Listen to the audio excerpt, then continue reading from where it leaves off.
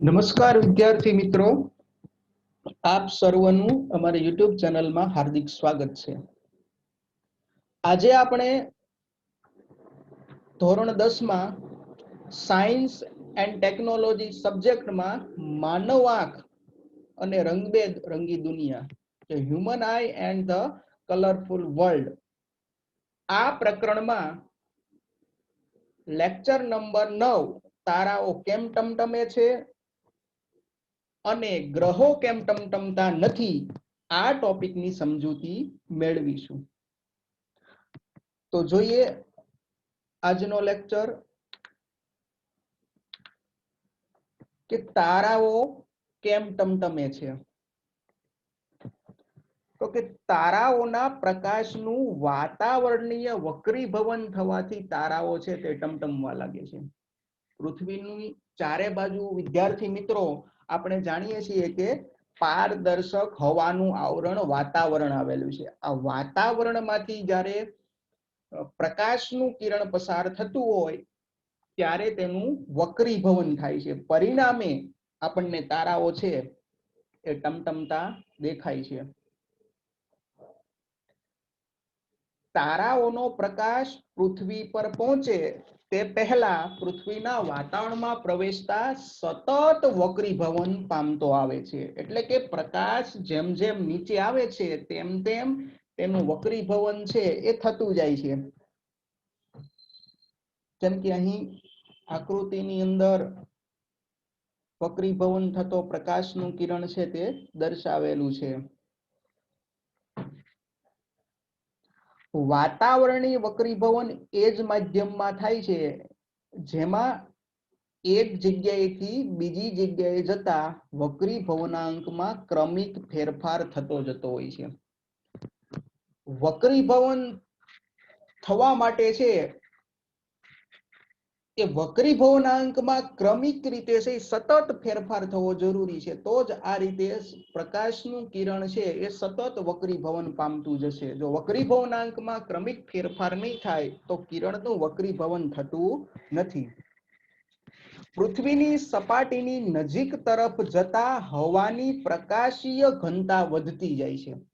વિદ્યાર્થી મિત્રો, આપણે જાણીએ છીએ કે આ પૃથ્વીનું જે વાતાવરણ છે તે હવાનું બનેલું છે, આ હવા છે તેનું જોઈએ તો કે પૃથ્વીની સપાટી તરફ છે નીચેની તરફ એ વધુ ઘનતાવાળી હવા છે તે રહેલી હોય છે, જ્યારે જેમ જેમ સપાટીથી ઉપર તરફ અવકાશ તરફ જતા જઈએ તેમ તેમ હવા છે એ પાતળી બનતી જાય છે, એટલે કે હવાની ઘનતામાં છે એ સતત ઘટાડો થતો જાય છે।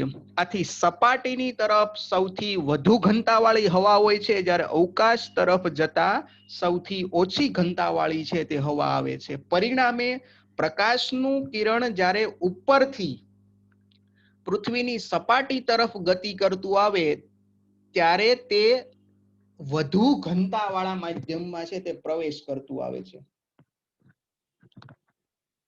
આમ તારામાંથી આવતો પ્રકાશ ક્રમશઃ પાતળા માધ્યમમાંથી ઘટ્ટ માધ્યમમાં પ્રવેશતો આવે છે। પરિણામે જ્યારે પાતળા માધ્યમમાંથી પ્રકાશનું કિરણ ઘટ્ટ માધ્યમમાં પ્રવેશ કરતું હોય ત્યારે તેનું વક્રીભવન થાય છે, અને એ વક્રીભવન લંબ તરફની દિશામાં હોય છે। એટલે કહી શકાય કે પ્રકાશ ક્રમશઃ પાતળા માધ્યમમાંથી ઘટ્ટ માધ્યમમાં પ્રવેશતી વખતે લંબ તરફની દિશામાં વાંકો વળે છે। વિદ્યાર્થી મિત્રો, અહીં ડાયાગ્રામની અંદર આપણને તારાનું સ્થાન છે એ દ્રશ્યમાન થાય છે, અને વાતાવરણ છે એમાં ઉપરથી નીચે તરફ આવતા વક્રીભવનાંક છે તે સતત વધે છે, એટલે કે પ્રકાશનું કિરણ લંબ તરફ છે તે વળતું આવે છે।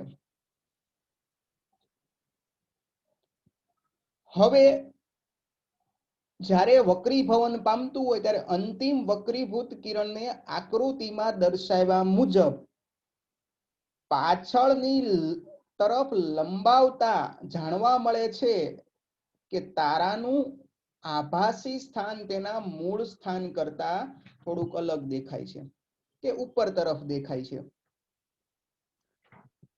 તો જ્યારે લંબ તરફ કિરણ વાંકું વળતું હોય ત્યારે છેલ્લું જે વક્રીભવન પામતું આંખની નજીકનું જે છેલ્લું વક્રીભવન પામતું કિરણ છે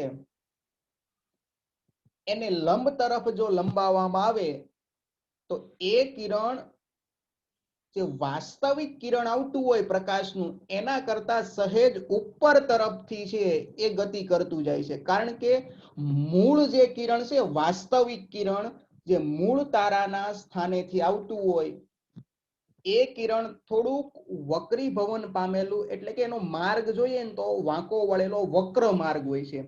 આ વક્ર માર્ગને જોડતો જો સ્પર્શક લંબાવો તો એ સ્પર્શક એ વક્ર કિરણની ઉપરની તરફથી પસાર થાય છે.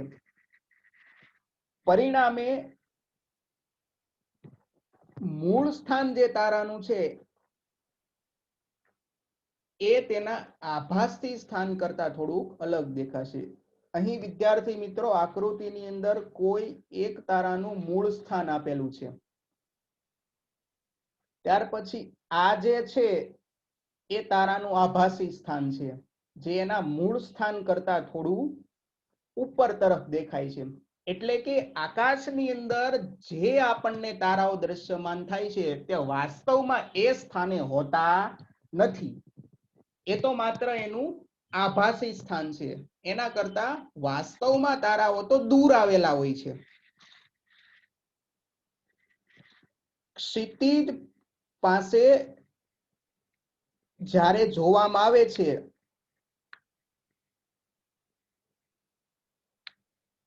ત્યારે કોઈ તારો તેના વાસ્તવિક સ્થાનથી થોડો ઉપરની તરફ દેખાય છે, જે આપણને આ પ્રસ્તુત આકૃતિ ઉપરથી સ્પષ્ટ થાય છે. હવે આગળ જોઈએ તો આજે આપણું પૃથ્વીનું જે વાતાવરણ છે એ વાતાવરણની ભૌતિક પરિસ્થિતિ છે એ સ્થાયી હોતી નથી. આથી તારાનું દેખીતું સ્થાન પણ સ્થિર હોતું નથી, પરંતુ થોડું બદલાયા કરે છે. તો વિદ્યાર્થી મિત્રો અહીં એક શબ્દ આવે છે કે વાતાવરણની ભૌતિક પરિસ્થિતિ સ્થાયી હોતી નથી. તો ભૌતિક પરિસ્થિતિ એટલે શું? તો વાતાવરણની ભૌતિક પરિસ્થિતિ સ્થાયી નથી, કારણ કે આપણે જાણીએ છીએ કે વાતાવરણ છે એ વાયુનું બનેલું છે, હવાનું બનેલું છે, અને હવા છે એ ગતિશીલ છે. સતત એક સ્થાનેથી બીજા સ્થાને છે તે ગતિ કરતી હોય છે. આ ઉપરાંત સૂર્યની ગરમીને કારણે જે વાતાવરણની હવા છે એ ગરમ થાય છે.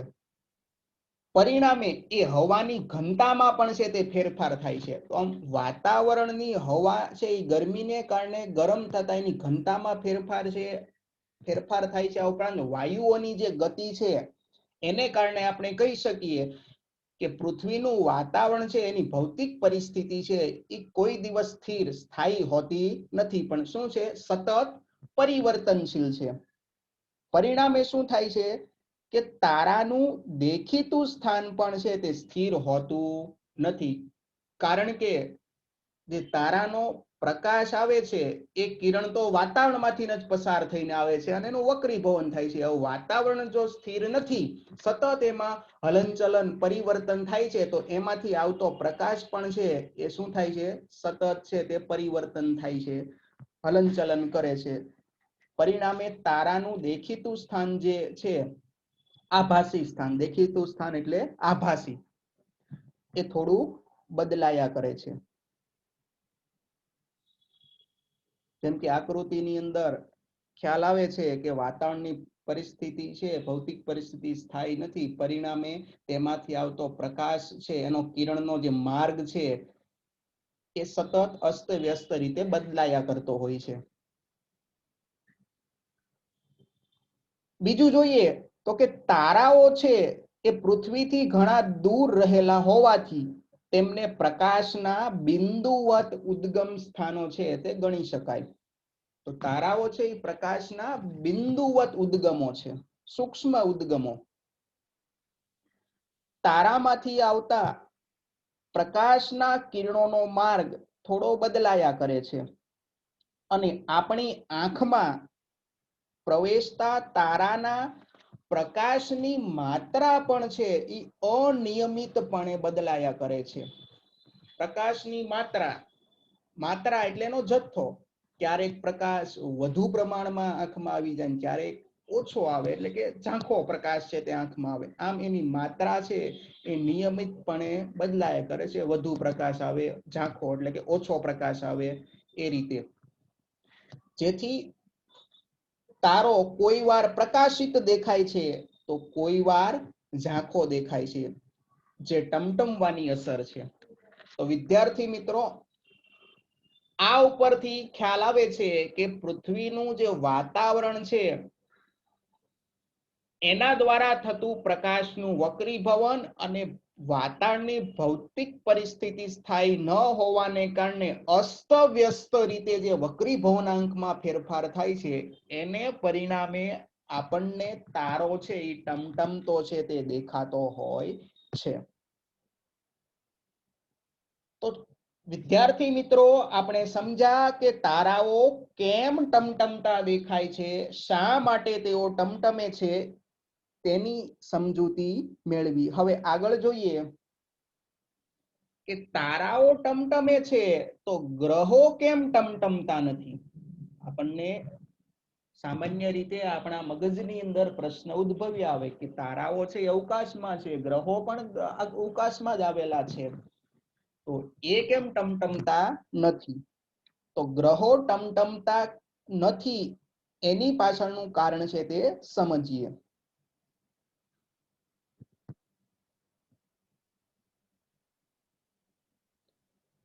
ગ્રહો તારાઓની સરખામણીમાં પૃથ્વીથી ઘણા નજીક છે. આથી તેઓ તારાઓની સાપેક્ષે મોટા દેખાય છે. તારાઓ પૃથ્વીથી ઘણા દૂર હોય છે, તેથી તે નાના દેખાય છે. તેથી તારાઓ છે એ બિંદુવત ઉદ્ગમ, દૂર આવેલા હોવાથી, અનંત અંતરે દૂર આવેલા છે અતિશય, એટલા માટે તારાઓ છે એ બિંદુવત ઉદ્ગમ અને ગ્રહો છે એ પ્રકાશના વિસ્તૃત ઉદ્ગમ તરીકે વર્તે છે. એટલે કે ઘણા બિંદુવત ઉદ્ગમોના સમૂહ તરીકે ગણવામાં આવે છે. અહીં ચિત્રની અંદર નજર કરીએ તો તારાઓ છે એ અતિ દૂરના સ્થાન ઉપર રહેલા છે, પરિણામે તેને પ્રકાશનું બિંદુવત ઉદ્ગમ તરીકે લેવામાં આવે છે. પરિણામે તેમાંથી આવતું પ્રકાશનું કિરણ છે એ એક જ દ્રશ્યમાન થતું હોય છે સામાન્ય રીતે. પરંતુ ગ્રહ છે એ નજીક હોવાથી એ મોટો દેખાય છે, પરિણામે એ પ્રકાશના ઘણા બધા બિંદુવત ઉદ્ગમ સ્થાનોનો સમૂહ છે. એટલે કે તેમાંથી આવતા પ્રકાશના કિરણો છે એ તારાઓના સરખામણીમાં વધુ પ્રમાણમાં દેખાતા હોય છે.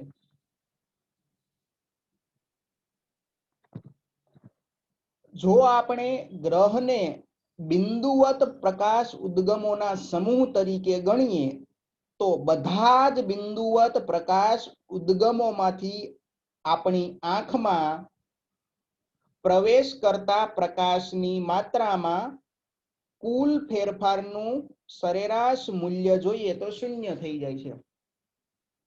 ગ્રહની સપાટી પરથી જ્યારે પ્રકાશ પરાવર્તન થઈ અને પૃથ્વી સુધી પહોંચે ત્યારે આપણી આંખમાં જે પ્રકાશ પ્રવેશતો હોય છે એ પ્રકાશના મૂલ્યની અંદર છે તે ફેરફાર થતો હોય છે. આપણે તારાઓ ટમટમે છે એમાં આપણે જોઈ ગયા કે વક્રીભવનને કારણે પ્રકાશનો જે માત્રા છે એ વધુ જથ્થો અને ઓછો જથ્થો એમ સતત આવતો હોય છે.